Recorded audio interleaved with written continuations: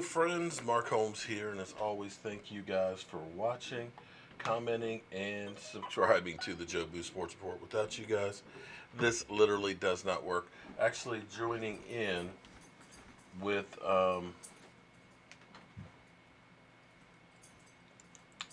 West Coast to join in on his live stream, so I thought I'd go ahead and put it up on here as well. Join the meeting. Let's see if I can get this going right. What's happening? Join in with computer audio. Okay. Right now, man. So you got the commercial on? Yeah, I got the commercial. So do you want to go with 4 or 3? Shoot, it don't matter. Y'all trying to rock? If y'all trying to rock, then rock and roll. And I just, this is just the first time we had 4. I didn't know how the flow would be. Yeah, we good. Shoot, hey, what up with your OG? OG, hey man, what's going on, man? What's up, Mark? I am just living the dream here. I hope you don't mind. I actually put this up on my channel at the same time, so that way we can spread the word about my man West Coast and all the great people that he's working with, as we just kind of grow the Dallas Cowboy family. Absolutely, man, and I appreciate you, man. I always like locking in with you, man. This cost branding, man, and it's just I absolutely love it, man. This is what the nation is about. It's about coming together and making sure that the information gets out there, man. So that's one thing I absolutely love, man. We're gonna be going back into my show in about 2 seconds, and we're gonna be getting this thing popping, man. I always appreciate you coming on here, man. Okay. Always appreciate it, and let's get this thing going, man. And shout out to everybody on Mark Holmes, because the man. Oh man, we even have an Eagle fan out here, man. Lord Brunson, man. Are we on live right now with your channel? We about to be live right now, right after this commercial. Okay. We'll be live in 30 seconds. 30 seconds. The whole Chris Long thing, man, I think that is going to change the whole narrative on the marijuana and stuff situation. To me, I think we need to do something with this. Let's talk about that. Yeah. I'd love to talk about that right about, we got to get in that right about now, man. What's up with you guys? So we right back, man. So I know we had 3. You guys, anytime there is an apocalypse, there's always a 4th horseman. Y'all know who it is, man, right? What's that apocalypse? Apocalypse is the world.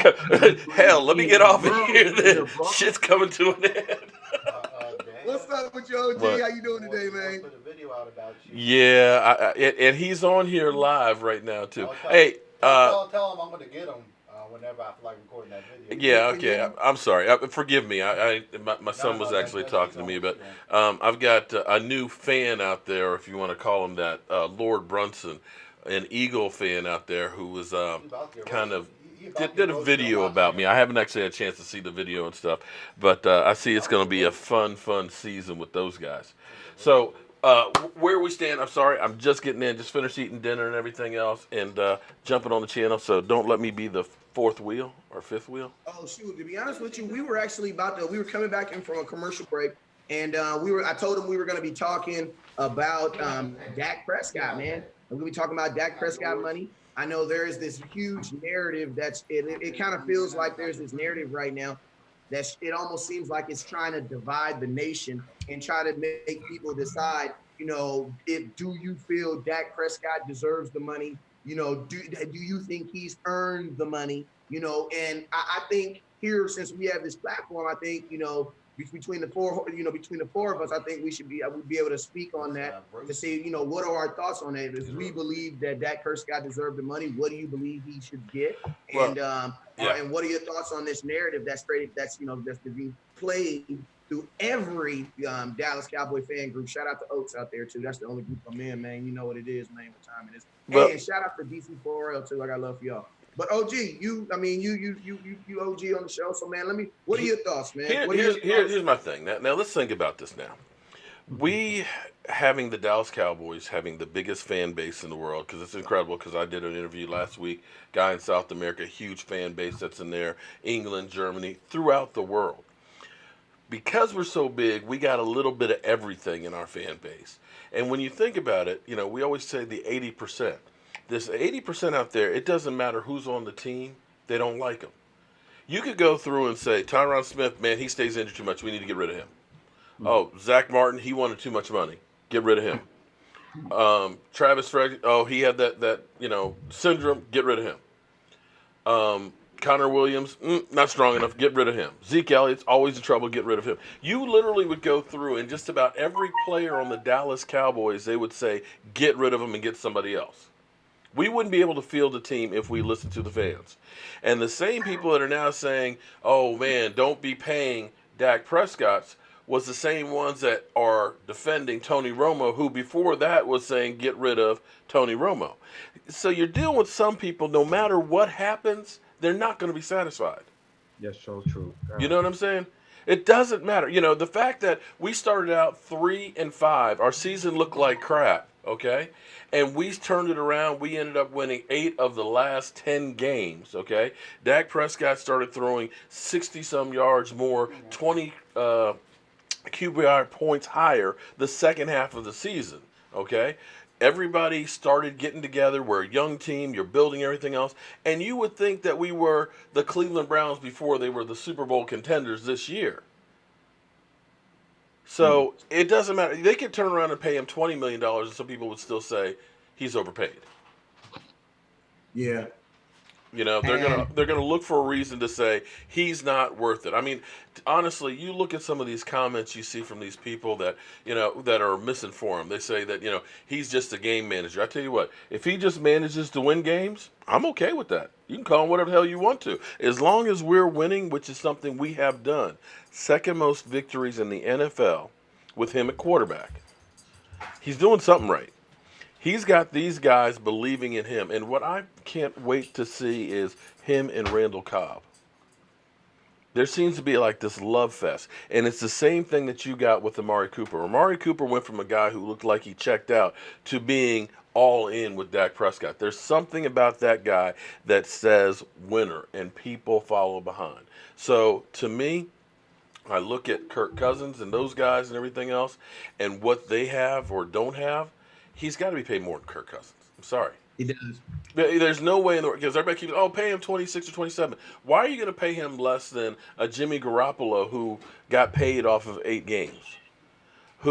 Where he really only played well in New England, where everybody plays well under Bill Belichick.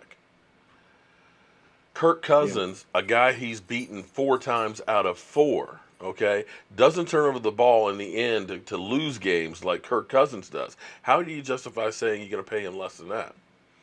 And with the Dallas Cowboys in the position that they are as opposed to other teams, next year the Dallas Cowboys have bigger cap space than anybody else. You keep hearing about these talking heads that say, if he gets paid, then he's going to hamstring the team. Well, didn't Aaron Rodgers hamstring that team that has a whole lot more holes than we do? Yeah. It didn't Russell Wilson really hamstring that team that has a lot of holes and a lot of people to replace on that team?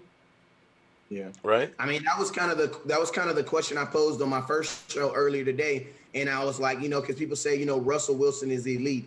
They say, this quarterback is elite. This thing is elite. And I'm thinking, like, to be honest with you, in my opinion, and I want to kind of talk to Charles. I'm gonna let you kind of think about this. Like, being elite, in my opinion, is not something that you just get adorned with.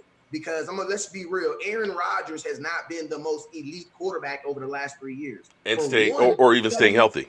Available. Go ahead. Or even staying healthy. Exactly. I would say, for one, he hasn't even been available like that, over the last 3 years. Mm-hmm. You know what I'm saying? And then my thing is elite equated to what you personally do in the NFL, your personal stats, or is elite based on how you are, as a team? Because if that's the case, then all them folks that say they don't like Phillip Rivers need to go look at his stats, because he's elite. His team was just trash. Right. You know what I'm saying? Well, so but then you have Dak on the other hand, who has it. So, and my thing is this, Charles. People know me, right? They know I'm well documented.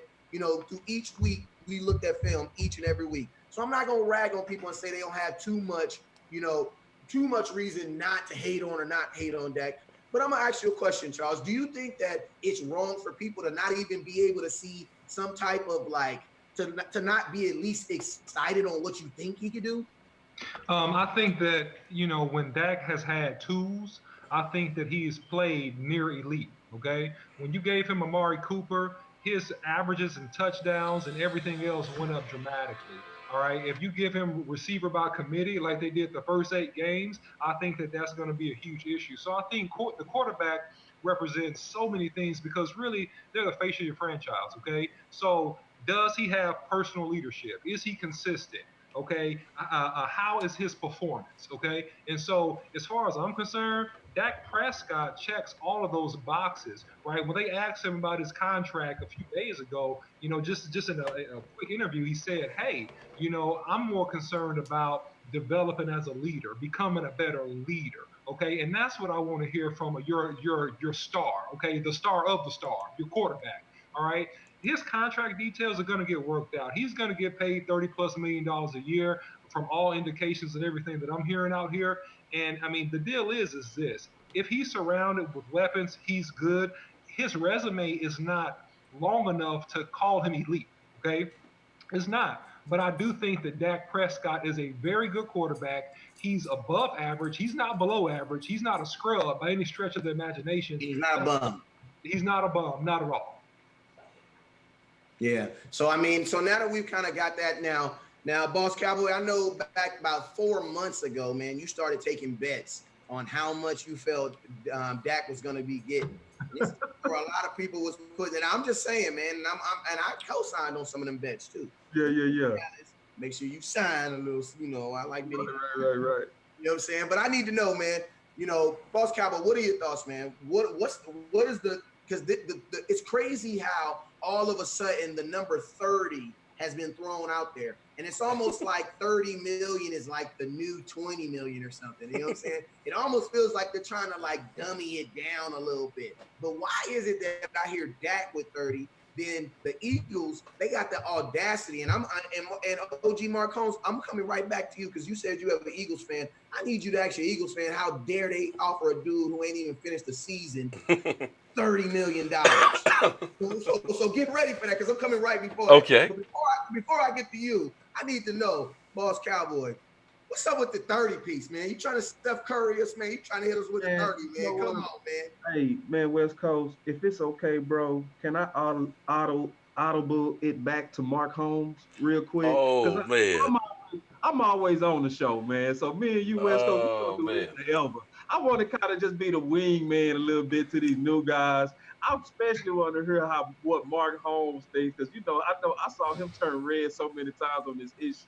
And my thing is this: all over the national media, and I'm gonna answer your question, West Coast, but I really do want to punt this to Mark real quick. Oh yeah, just Mark, you got that next one too, media, bro. That's all they talk about is does Dak deserve 30?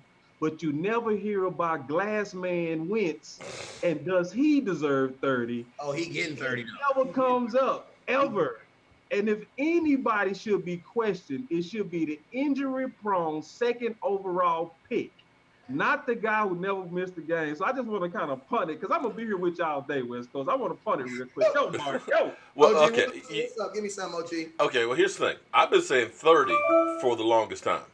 Okay, for me, in my mind, what I told you was there's no way in the world you can pay him less than Kirk Cousins, a guy who does not have playoff wins, a guy who always has the Tony Ono late in games and stuff. I've seen it many times in Washington. He's up by 7, a score.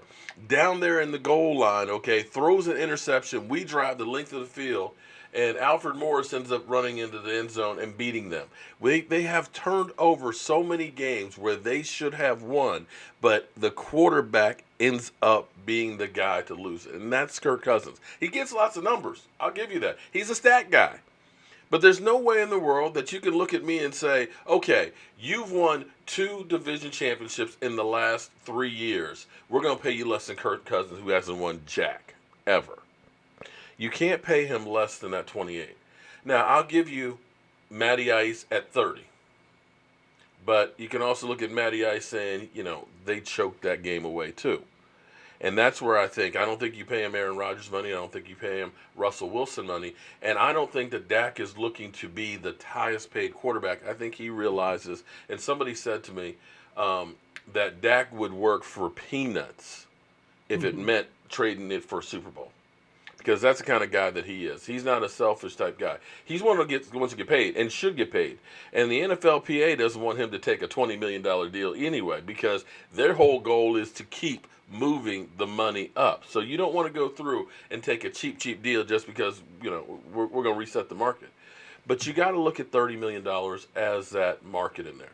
And here's the thing that everybody keeps saying that, well, if you pay him that, then it's going to hamstring us. Well, you think Philip Rivers is going to take about $15 million when he gets his redone this year? He's going to look to get paid. Carson Wentz, Jared Goff, those guys are going to look to get paid. So now all of a sudden everybody is in the 30 million range anyway. So if everybody is in that range, even the Washington Redskins right now today are spending $30 million on quarterbacks. If everybody is in that group, then it's not a disadvantage.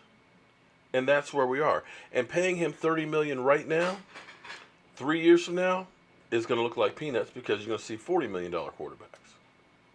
Yeah, and if you look at Pat Mahomes, man, if he's able to do what he did again, he's going to wreck the market. And if you think about it like this, if I'm thinking who should be the highest paid quarterbacks in the NFL, you're thinking Tom Brady, Breeze. Who'd be number 3? I tell you what. Can I give you? I did some research yesterday. Mahomes. Exactly. My point is, the people who deserve to be at the top aren't at the top, because freaking Russell Wilson, as much as we love him as a quarterback and his comeback story, he does not deserve to be the highest paid quarterback in the NFL. But guess what? He's the most important player to his franchise. Correct. So it's not always about, sometimes that contract just puts it out there. And this is something that's going to happen with the Dallas Cowboys. For the next 4 years, everybody that gets a contract is almost going to be the highest paid. Zach Martin, highest paid guard. Tyron Smith, highest paid this and this. Dak Prescott's going to be the highest paid quarterback, the highest paid. Well, actually, but hold on. But see, here's the thing, and that's where the Cowboys are. The advantage for them would be is to make a long-term deal. Actually, you look at Tyron Smith's deal. When he signed at the time, it was $96 million. And everybody's like, oh, my God, it's out there. Yeah. Now, all of a sudden, his cap number is actually going down. And part of the reason why his cap number was so high is because we ended up restructuring it twice, using it as a piggy bank. And so we deferred more money. That's why it was $17 million last year. It wasn't designed to be that high. But I think next year it's only an $11 million hit. So his numbers are coming down. So that's where you look at it now. Today's numbers, yeah, that's a whole lot of money. But 2-3 years from now, it's not. But here's something that was interesting, because, we always talk about my quarterback. And, I'm a Dak defender and things like that. Can we say that there was 2 seasons for Dak Prescott last year? Before Amari Cooper and after, once he finally had some talent with him, because his numbers were totally different. He went from averaging 208 yards for the first 8 games to averaging 278 the last 8. If you take everybody's last 8 games of the season, Dak Prescott ended up having 2,224 yards, 12 TDs, 3 interceptions, and a 102 QBR. With no offseason. Right, with Amari Cooper. 1. You know who that's almost identical with? Brady. Exactly, except he's got 75 yards more than Brady and 5 higher QBR than Tom Brady. 12 touchdowns, 3 interceptions, and the yardage per completion identical. And you know what's sad, Mark Holmes? What's that? People gonna be mad at you for saying that. Oh my God! I put this in a video yesterday. No, because I went. Here's the thing. How dare you compare his numbers? But here's the thing. No, they said, oh, you can't count that because you have to count the whole season. I'm just saying, look, this is where they ended. With having the offensive line and flux and stuff like that. The last 8 games of the season, because his numbers, Jared Goff, 10 points higher QBR, right? Goff had 2 more touchdowns, but he also had 5 more interceptions. You looked at Carson Wentz. Carson Wentz couldn't even finish the last 3 games of the season. More yardage, same QBR. Big Ben only had 300 yards more passing than Dak did, same QBR. So as you go through, and if you say there was a difference because we actually had wide receivers in Amari Cooper who made everybody else better, you look at those numbers, all these guys that are getting paid big bucks, he's right there. And here's what's amazing. Russell Wilson only had 1,657 yards 107 QBR, 17 touchdowns, 3 interceptions the last half of the season. Dak Prescott threw for 500 yards more than Russell Wilson did. And here's another statistic that's kind of amazing, too. Would you believe that the Cowboys were only 10th in running? Because everybody always says, well, without Zeke Elliott, you have no offense. The New England Patriots ran for 150 yards more on the ground than the Dallas Cowboys. Yep, and Seattle was number 1. Right. So all of these things make a difference, but the perception is that Tom Brady is lighting it up all over the place and everything else on the field. But his numbers are identical to Dak Prescott. It's situation. And also, too, Russell Wilson is looked at differently because he went to won the Super Bowl and went to that other Super Bowl. But you had the number 1 defense that was also number 1 at taking the ball away. That is a major upgrade for, I see this. I got this guy called Joe fucking Buck. Who's saying stop reaching. How is that reaching? Anytime you put out numbers, because people will always find another way. Oh, you're manipulating the statistics. This is the numbers. I told you they was gonna get mad at you. Oh, they stay mad at me, and I love it. I love it. Let me tell you guys. But you guys got to remember, with Dak Prescott, a lot of people's general ideal of what a quarterback is being changed right now. So it's like you have some people who are able to take that pill a little bit quicker than others. If you guys have been a loyal supporter of West Coast, Dallas Cowboys scouting, you guys will actually see when I took my pill and started gravitating. Why? It's when I saw on the field that the play was getting better. Now, what I'm gonna tell you, what with the two people, there's two types of people. There are two types of people. There are some people that just wanted Dak to get better. I don't care how he gets better. If he has to change his arm and throw with the left arm, throw it with the left arm. I don't care. Just get better. Then you have people who are like, I want Dak. You have people that are like, Dak got better, but he only got better because of Amari Cooper. And then they use that against him. You know what I'm saying? Where at the end of the day, the question of matter is this. Did it matter? You know what I'm saying? Like, after we won that game, did it matter? You know what I'm saying? And and I even had to kind of check myself on it a little bit because, you have other quarterbacks. You can't be like Dak Prescott can't succeed. He can't succeed without a number 1 wide receiver. And then everybody else got a number 1 wide receiver and succeeding. And he's competing against those guys. So my thing is this: if you want him to compete against the Bradys, against the Breezes, and all, that's where I'm at. I'm okay with paying Dak $30 million because I'm like, he need to play like everybody else that plays like $30 million. And to be honest with you, if he plays like he did the last 8 games of the season, I think you're gonna be fine. I agree with you on that. You're not gonna care because we'll be winning games. In 2016, nobody cared how we was winning them games, bruh. Nobody cared. You didn't care. You just cared about winning and can you be consistently. You know what I'm saying? Now, there's something else I want to kind of talk about. Boss Cowboy, man, you wrote a really good article, and it was about Kellen Moore and about this offense and what do we think we'll be able to do with Kellen Moore and just with this offense. We got 4 on the panel right now. I just want to go through. We're start with Charles, and then we'll go to Boss Cowboy. We'll go Charles, and then OG, and then Boss. We'll go last, since we always here. Yeah, man, I'm super cool with letting my guys go. I'm sitting back chilling today. I'm loving it. Yeah, but we got to work today. We got 4 tires on the car. We all got to turn. I'm relaxing today. Hey, it's 4 tires on the car. We all got to turn. You know what I'm saying? Okay. All right, I need to know. Charles, what is one thing that you want to see Kellen Moore in this offense? What he do differently with Dak? What is something that you want to see Kellen Moore add to this offense? Yeah, so I'm going to give you 1 and 1A. I think that Kellen Moore needs to utilize the spread formation in order to utilize some of the speed that he has, and also to use those tight ends in multiple sets that he has.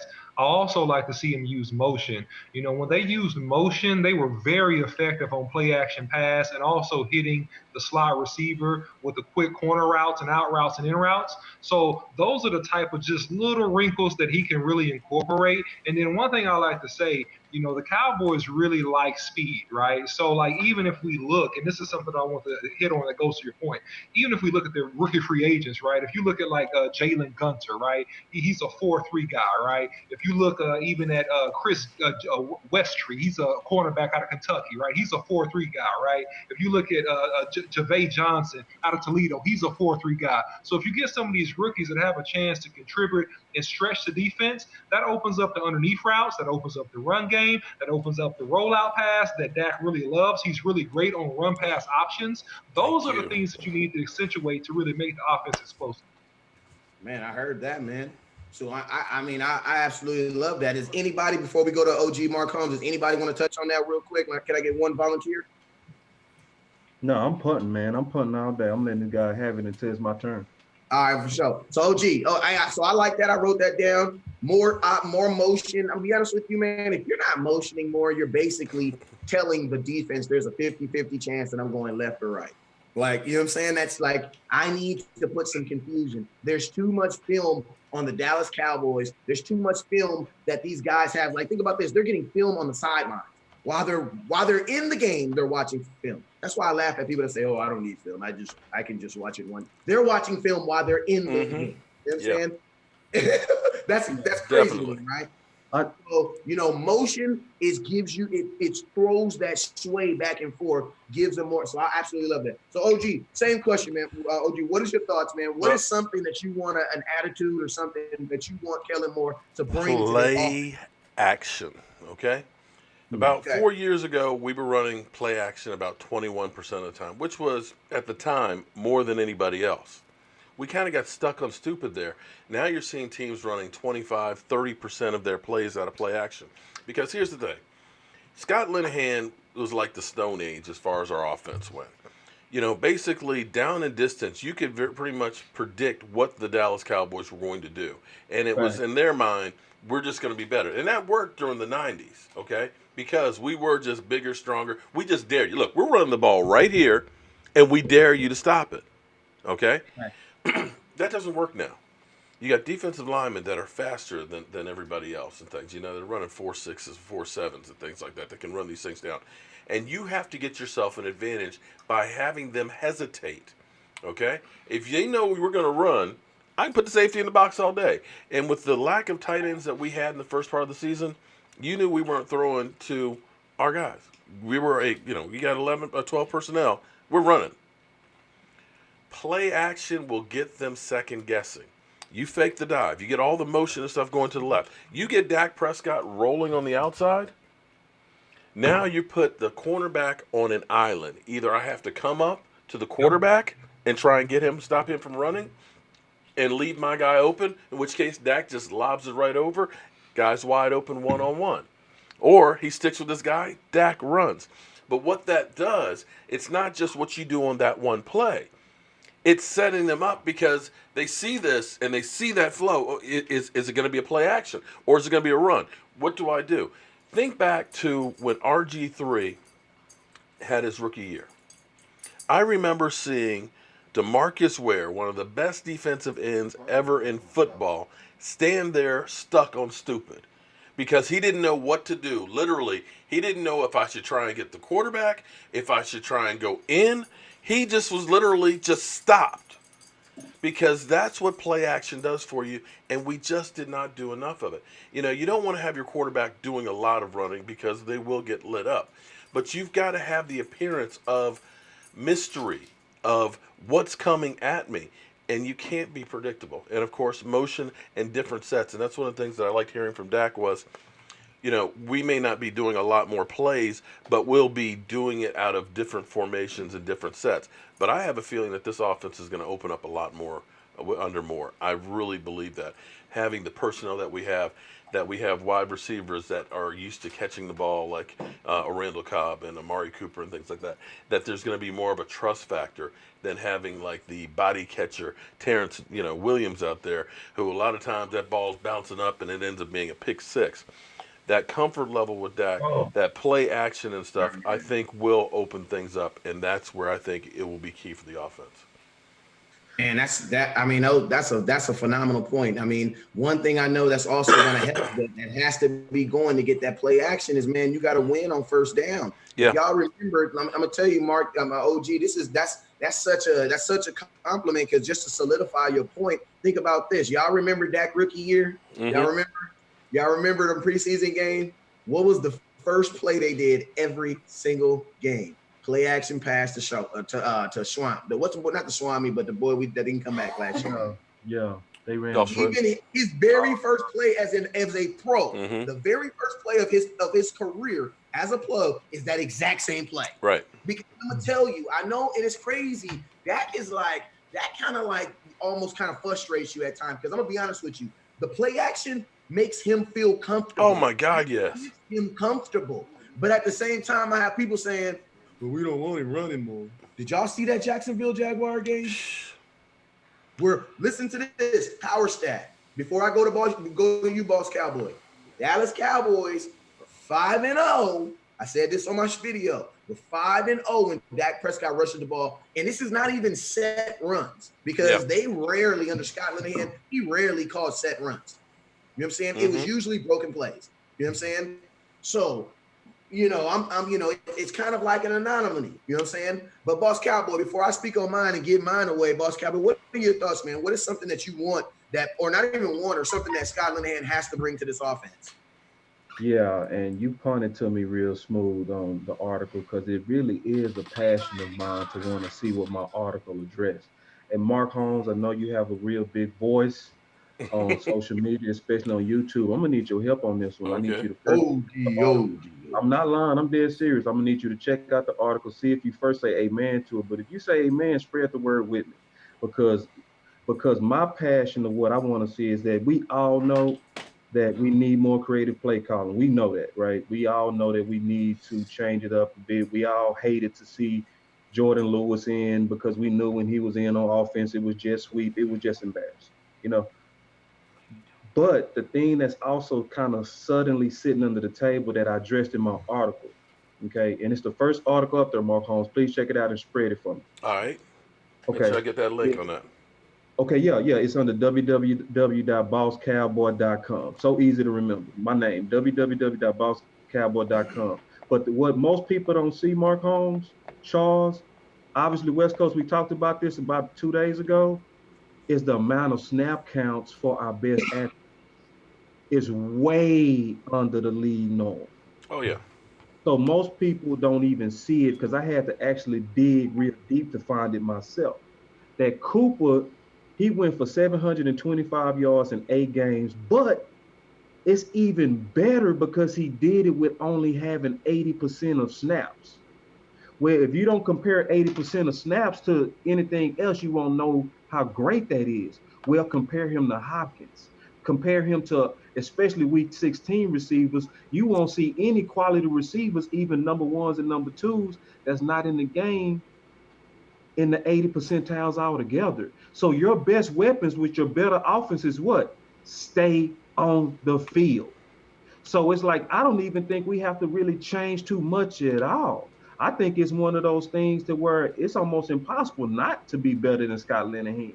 But to even be exponentially better than Scott Linehan, copy what everybody else is doing. And that's basically keeping their most dangerous people on the field together. Because the best game that Cooper, Dak, and Zeke had together was the one game that Cooper was in 90% of snaps, and that was the second Philly game. And that's where Cooper went for over 200, Dak threw for over 400, and Zeke ran for over 100, and that was really all because he was on the field. So the one thing I want to see, West Coast, I do not want to see Witten on the field 98% of the time like he used to be. I do not want to see that. I want to see Cooper on the field 98% of the time. That's who I want to see. I'm okay if Witten is on the field, maybe 80%, maybe even 90%, but to focus your offense all around a guy that's 36 and then put the guy that's your most scariest on the outside at 80% is just not efficient. So that's one thing I would want to see. And I'm going to go ahead and take 2 since I waited the longest. Another thing that I want to see is I want to see us actually go more horizontal in the red zone because I saw that's what fixed the Texans. The Texans was just like us. They was moving between the 20s beautifully. They was very efficient. Everything looked good for them. They made one key change with Watson, and then they became really good in the red zone where they was poor. What they did is they moved the pocket a lot with Watson, and I might need your help with this, Charles, because I know you break down offenses really well. But they was moving the pocket with Watson, and instead of trying to have the guys create space with only limited yardage in the red zone, they was running horizontally, and they was just basically waiting on somebody to get open, and they was just taking advantage of using speed to go horizontal because you run out of space in the red zone. So they use the space horizontally versus vertically. Mm-hmm. So I would want us to see us do stuff like that a little bit more too. Okay, so that's 3 right there. Let me give you mine. Let me give y'all my one of my things that I want to see Kellen Moore bring to this offense, man. And shout out, because I think that's a super chat. So shout out to whoever just did that over there on OG channel.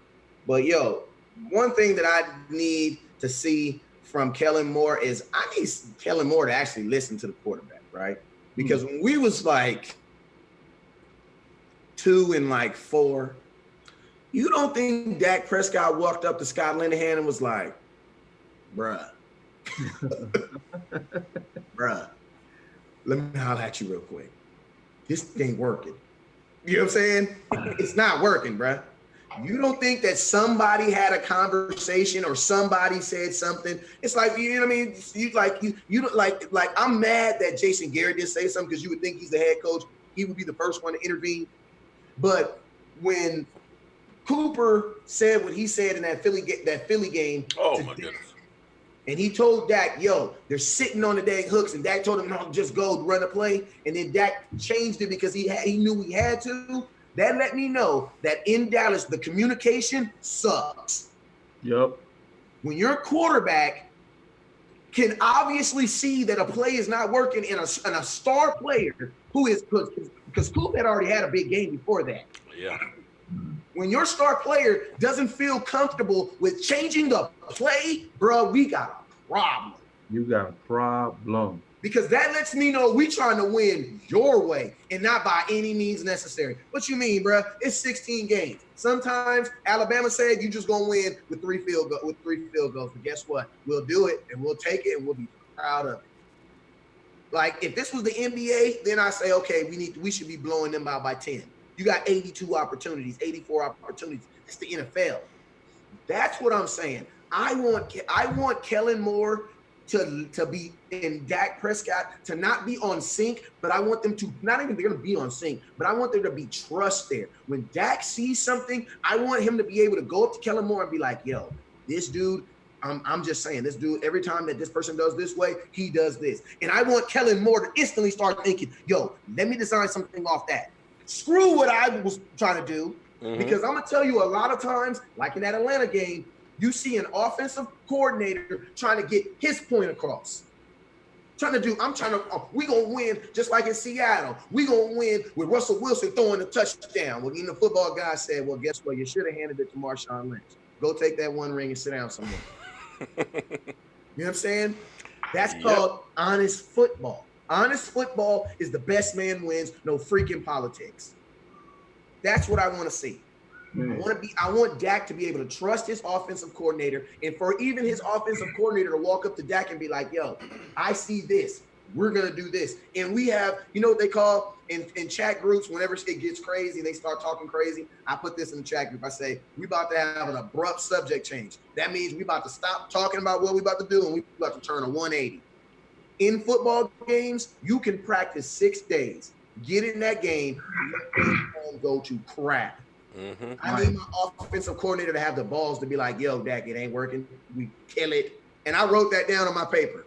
3 words. I want my offensive coordinator and Dak to be on sync, that they can trust each other and be like, you know how we worked on that all week? Yeah, it didn't work. So let's leave that alone. Let's go do something else. What do you see, Dak?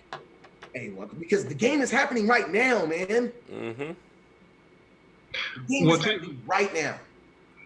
Go ahead, man. I know everybody got some extra points out there, man. Who got an extra point? Go ahead and throw some out there. I'll let you rock for a little bit.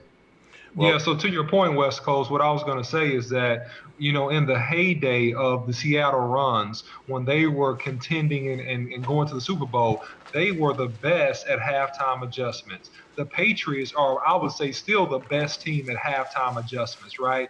They're good at seeing what you did well, what worked well, what didn't work, and coming out the second half and basically controlling the game, right? And the Dallas Cowboys have the pieces. They have the pieces to control any game they want if they utilize those pieces in the appropriate way. right. Absolutely. Let me hear some, OG.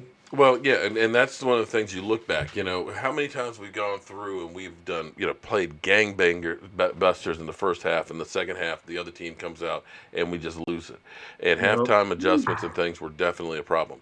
But that's the thing that convinced Michael Irvin that Kellen Moore was actually good, because Zeke Elliott basically said, he listens to us and takes input from us. We know after that Eagles game that Amari Cooper, after having the game of his life there, literally saving our season, got 3 targets that next week because he Yep. was in Linehan's doghouse. Regardless, and it reminded me of when I played football.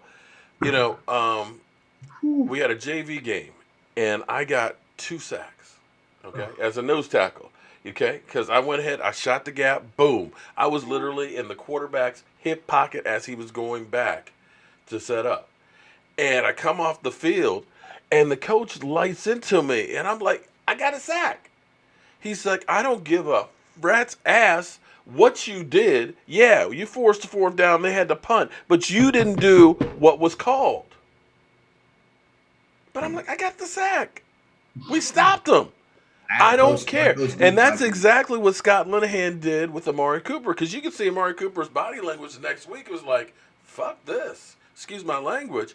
But literally, that's how Scott Linehan, if you are not going along with the program, you're in my doghouse, and the hell with it. And that's why Dak was like, look, just run what was called, because he didn't want to get the shit from Scott There you Linehan. go. And it also makes you wonder, too, is did they want to get rid of that guy? Because it's like, if this doesn't work, somebody's getting out of here. Mm. Mark, and I'm sorry, I hate to jump in here, but I got to, because now you're getting into the nitty gritty, Mark. Now you're getting into the politics and the nuances, and everybody wanting their credibility and to prove they're right versus the team winning. And boy, Marcus, and Boss Cowboy can talk about this all day long. We saw this a whole lot in college. We Oh saw my this God. a whole lot in college. But people don't think this actually happens, man. Oh Like, my God, people it happens. think it's like a dream world. They think it's like that there's no politics in football and that the best man is going to automatically always win. No, there are competing factors. Sometimes you, like what Charles said that I love the most, is you had Scott Linehan trying to prove that he was right about committee more than just go ahead and acknowledge he was wrong and giving his best guys the snaps. Right. And you know what that also lets me know? That he wasn't really listening nor paying attention to his quarterback. Yeah. Because had he would have been listening and paying attention to his quarterback, he would have saw that his quarterback is not comfortable. Right. You know what I'm saying? And that's why I say, like, obviously, whatever, you don't want to look at the gift house. And what they say, don't look at the gift horse in the mouth or something like that. So I'm happy we got Amari Cooper, but why we couldn't get him week 4? You know what I'm saying? Well, but see, that brings back, and we probably don't have enough time here anyway. But the thing about the Dallas Cowboys that has always bugged me about Jason Garrett is when he always talks about the way we do things around here.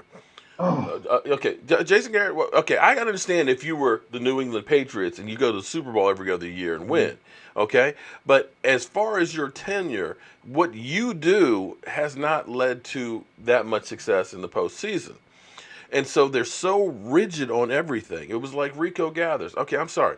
Yes. You look at Rico Gathers as a tight end. I know he was a basketball player. You looked at how fluid he was running before he put on weight. Oh, you've got to be able to be a blocker. Okay, listen. The guy is 6'8". He can jump out of the building. He had hands. You know what? If I can only use him 10 times, and here's your assignment.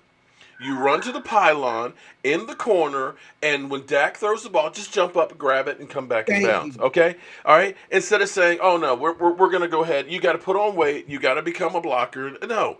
See, Bill Belichick will take a guy, and this is the thing that's different about them. That's why you don't see a lot of Pro Bowl players.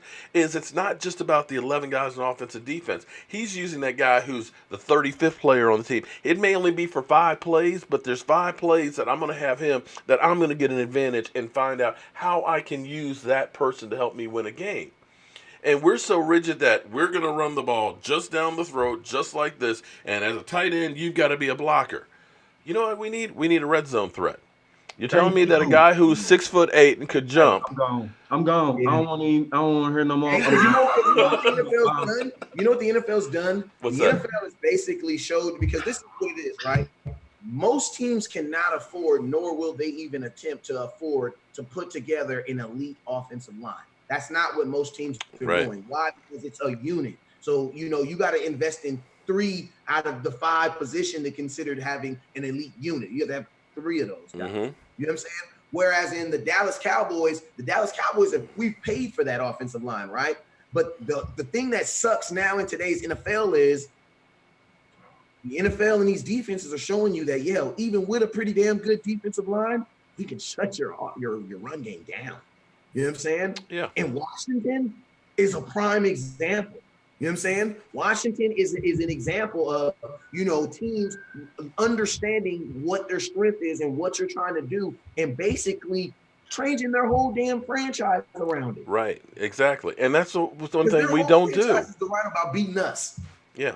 Well, West Coast, to your point, if you utilize, and to your point also, Mark, if you utilize Rico Gathers appropriately, you would not even want Jason Witten back.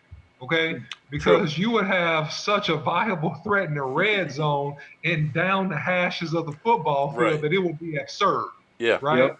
So Scott Linehan, I'm not going to say Scott Linehan, okay, because I don't want to proselyte this conversation to him, but I want to say people with the mentality of a Scott Linehan are why Rico Gathers don't play, right? Why he doesn't get a good look, and also why good free agents, right? Good free agent pickups, right? They get cut. And bad draft picks get kept. People with that mentality that is the reason why things like this happen. Man, say that again. Say that again, bro. See, because good get cut and bad draft picks. I'm gonna say it because I heard it. You gotta say that again. Man, I go curse. You made me want to curse in a real bad way, bro. Man, what I said was so heavy, bro. Is good free agents get cut while you protecting bad draft picks. Perfect example. I don't care what nobody say. It's Schultz versus Rico. That is no doubt in my mind, bro. It is no doubt. Schultz got way too many reps to only have 100 yards for the year. Way too many reps. They gave him. They laid it out on a platter for my guy. But every time they put Rico out there, it was like he was begging for snaps and begging for an opportunity. And even when he didn't get a lot of opportunities from preseason, even while he was in the game, he made something happen. So I'm like you, Charles. I don't want to hear about all these details and you, Mark Holmes, about, this guy needs to do this and do that. Does he make plays?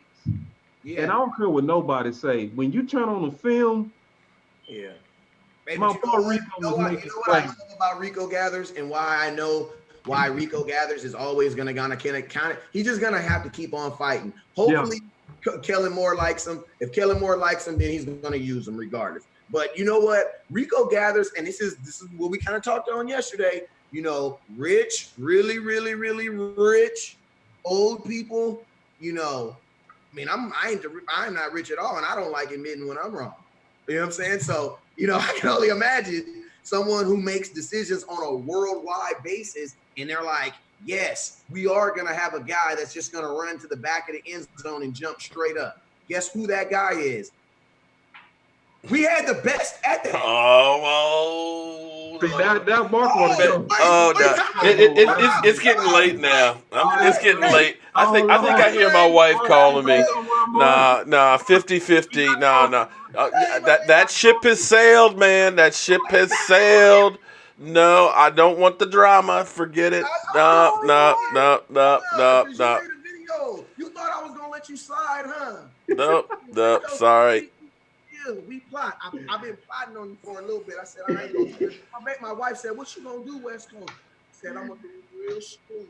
Like, don't trip. I got you." So I'm just saying, man. You just told me right now that Des Bryant could be on this team, man. No. There's too much. There's Hey, too much baggage. I'm sorry. There's too much under. No. I'm sorry. It's that ship sailed, man. That ship is sailed. But I'm just saying, why can't it come back around if he cheat? You No. telling me right now you wouldn't take Des Bryant over Jason Witten for $2 million? Nope. What? Well, the Cowboys I'm telling wouldn't you, do it, Mark. I know the Cowboys wouldn't do Mark, it. the Cowboys wouldn't do it, Mark. sorry, you can't do it. Yeah, we know this is hypothetical. This is very hypothetical. You all know Steven is not going to go against his I want to see a fight. I want to see a fight. So because hold on, let me jump in this. The Cowboys wouldn't do it because Jason Witten is their pet puppy dog, and they sign him. Although he runs a 5.4 40 right now, you know what I'm saying? Runs But a he 5.4 comes down with the 40-yard dash. ball. So he got great hands, right? But here's the whole deal about this situation, and this is back to your point too, Mark, about Rico Gathers. There's an underlying relational discrepancy with management, with coaches that cause players not to get opportunities when they should. And if you don't have the soft skills and the people skills to play that game, or AKA brown nose, AKA kiss somebody's behind, right? You will not get on that field. You will be sitting there on the sideline holding your helmet while people that are far less superior athletes get targeted 50 times in a season. whoa. Yeah. Okay, so if hypothetically you're saying Dez over Witten, so is Dez playing tight end? No. Because I'm not taking Amari. No. Listen, he's not taking Amari Cooper's spot. But this is the thing. We had a game last year where we didn't even we had 3 games where tight ends didn't even catch a pass. We also had one game where Dak didn't even target the tight end. Do you guys know that we won the game? We won the game. So in my opinion, why do I need a $2 million tight end? I don't need no $2 million tight end. Oh, security blanket. Because I'm going to tell you a lot of no. Because that's the outlet. See here in my mind. Okay, here in my mind, this is the perfect situation for the Dallas Cowboys.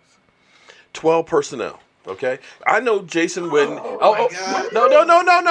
Hold up. Just listen to me. Listen to me for 1 second. No.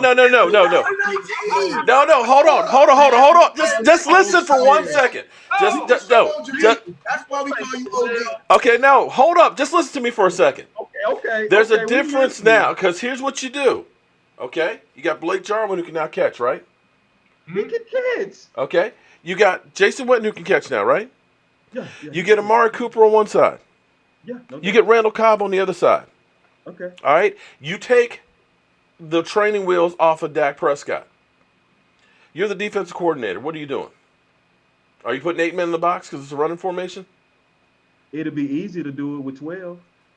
Okay. All right. Okay. You're putting that safety in there. Then you know what I'm doing?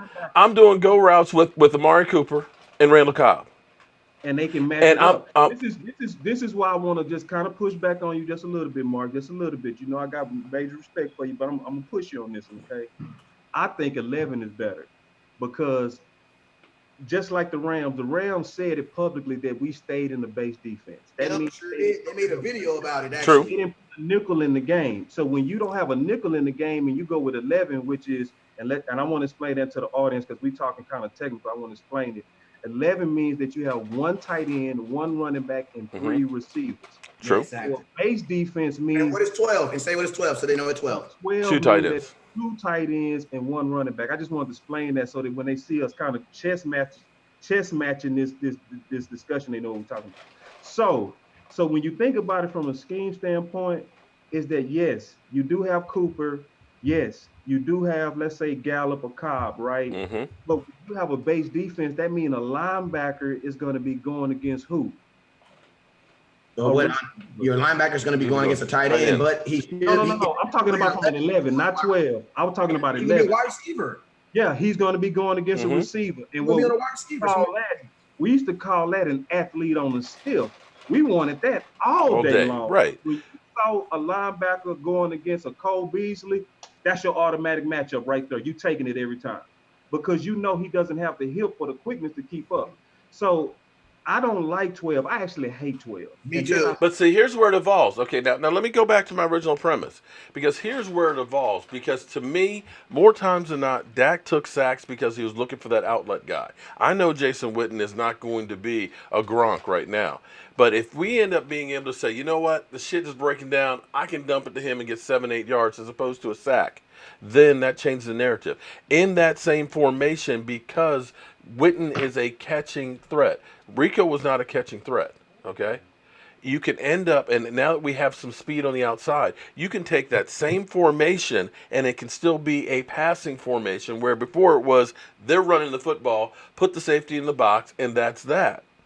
Now what it's going to be able to do, having that guy who can be the outlet, is it now kind of leaves a little bit of mystery in it. Yeah, it's probably going to be a run, but if it's not, they can also throw out of it.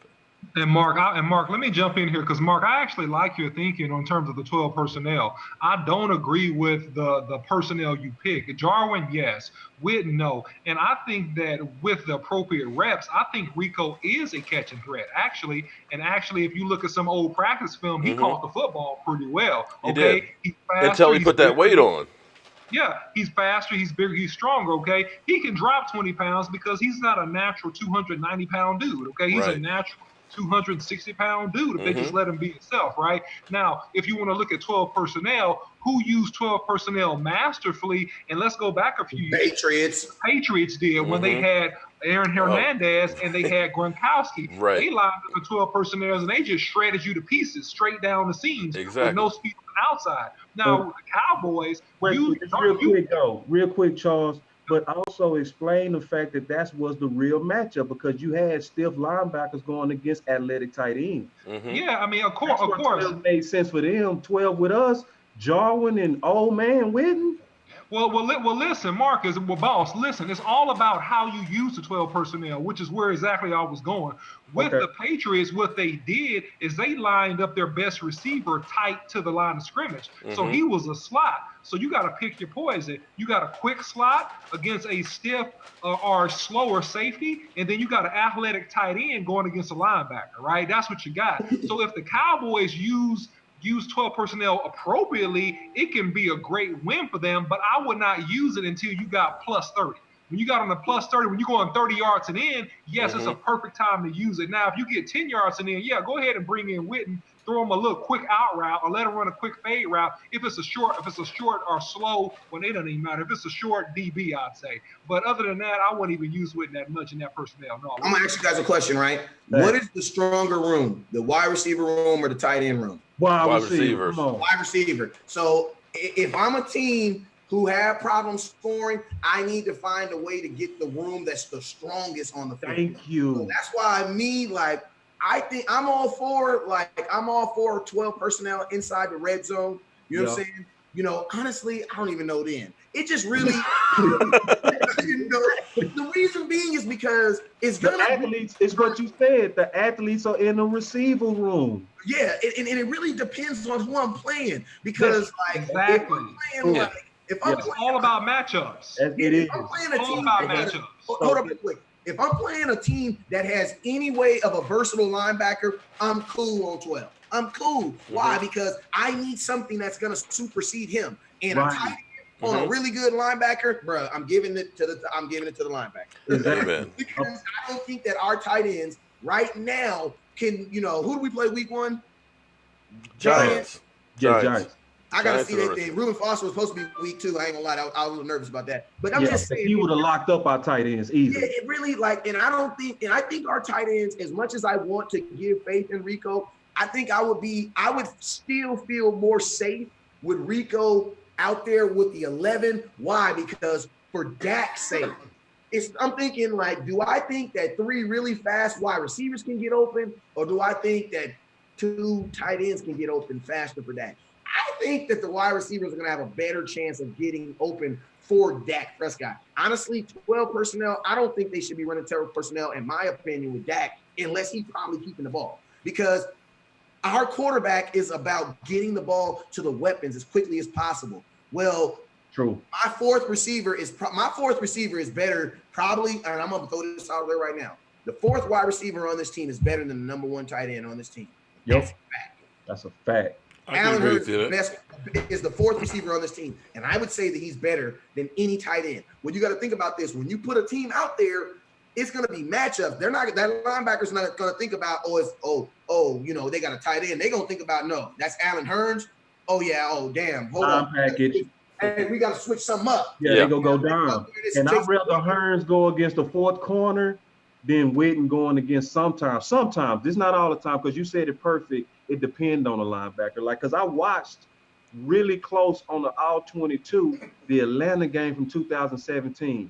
And it wasn't just the sacks.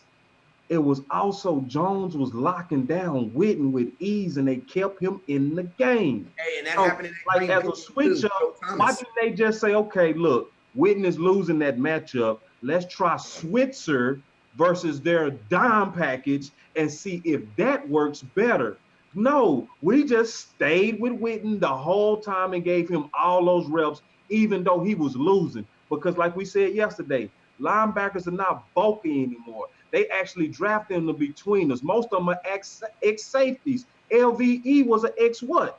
Safety. Mm-hmm. So he's more prone to be able to cover, and that's because Gronk and Witten and all these other tight ends ate up the league for years. You don't think they go adapt? We living in a time of adaptation, but we acting like we don't need to adapt back.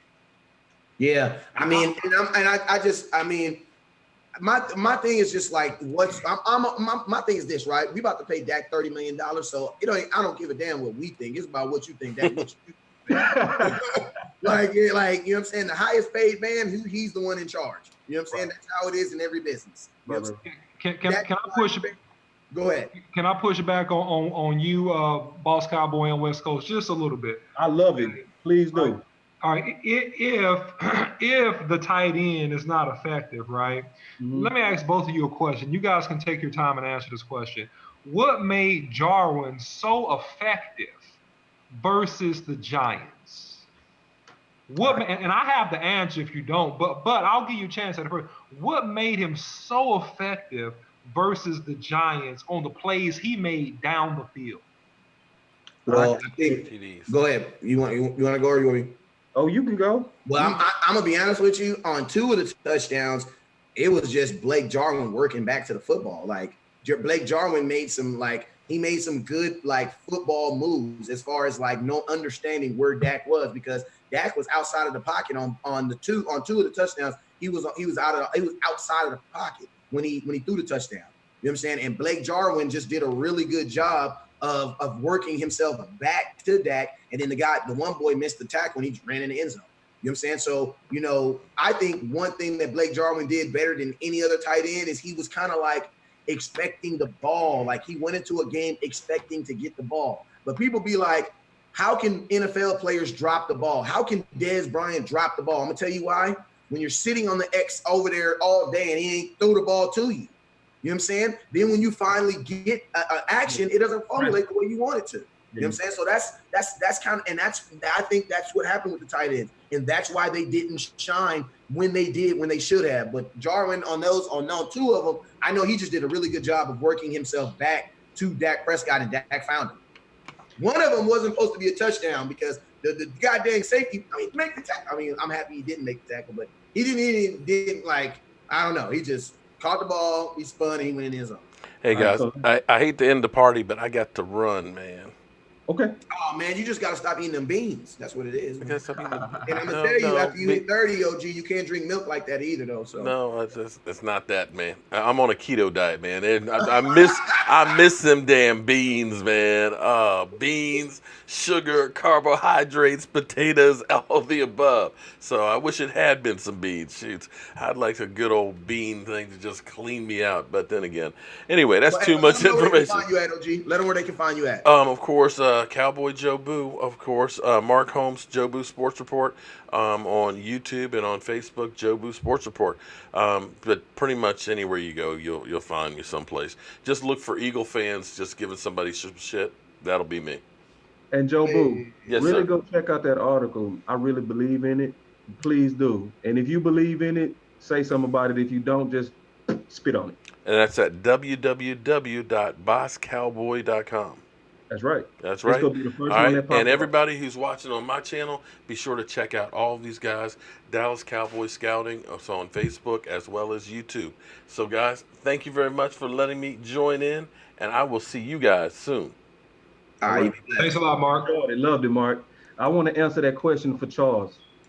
All right, everybody. I appreciate everybody being in here and all that. I joined in with West Coast Cowboys for their live stream for a bit, and now I got to go take care of some business. Thank everybody for being here. I got to check up and see, Mark, why was the steering wheel in the left side of the car?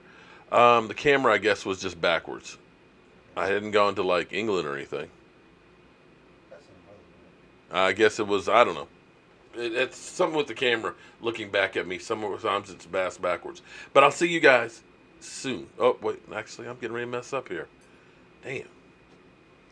How can I mess up like that? Y'all need to let me know. Mark, you're screwing up. Because it's time to turn off the lights. This party is over. You say it's not over there? The party's over. They say that all good things must end. Call it a night.